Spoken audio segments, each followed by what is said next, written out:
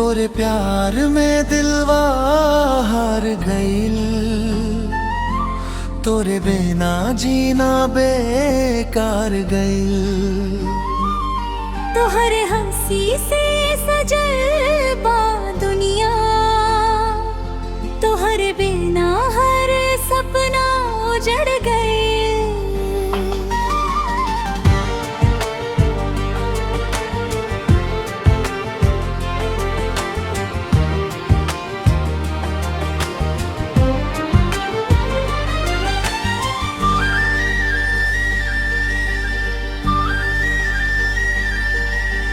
जब से तोहरा से नजरिया मिलल दिलवा में प्यार के दीपक जरल।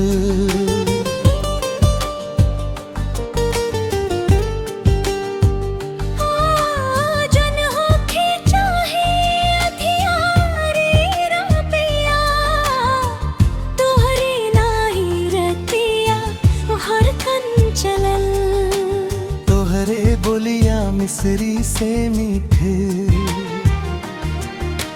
मनवा हरदम तोहरे लगे खींच। रब से बस इतनी दुआ मांगी, जन्म जन्म तक रहे प्रीत। खो जाने मन छोड़े मत साथ, तोहरे बिना सुना लागे हर बार। दिलवा कहेला बस एक बात, तू ही बाजिंदगी तू ही जज्बात।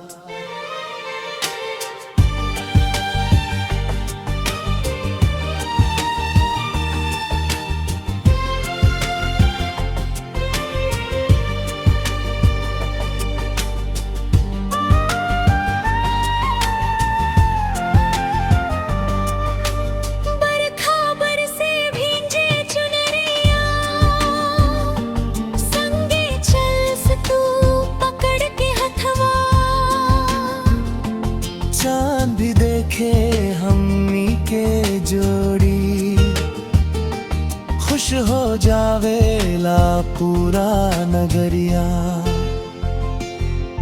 तोहरे खातिर सजनी हम हर दुख हंस के सह जाइब। दुनिया चाहे कुछ कहे, तोहरा खातिर सब कुछ कर जाइब। प्यार के डोरिया टूटे ना, विश्वास के दीप बुझे ना। 7 जन्म तक साथ निभाई, दिल से दिल के रिश्ता छूटे ना। तोहरे प्यार में दिलवा हार गइल, तोहरे बिना जीना बेकार गइल। रब से बस ही दुआ मांगी,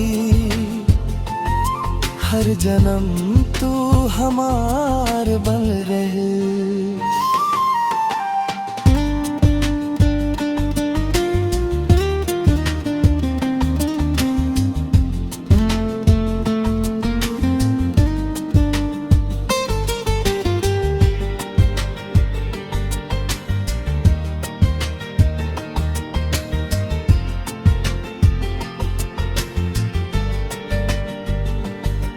सुबह के किरण में तोहार चेहरा,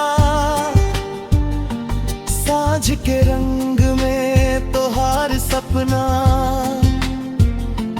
हर धड़कन तोहार नाम पुकारे, तू ही ताबा दिल के अपना। तोहर मुस्कान से फूल खिले, तोहर बिना मनवा रोवे। तोहर साथे हर पल लागे, जैसे किस्मत हम पर सोवे। तोहर प्यार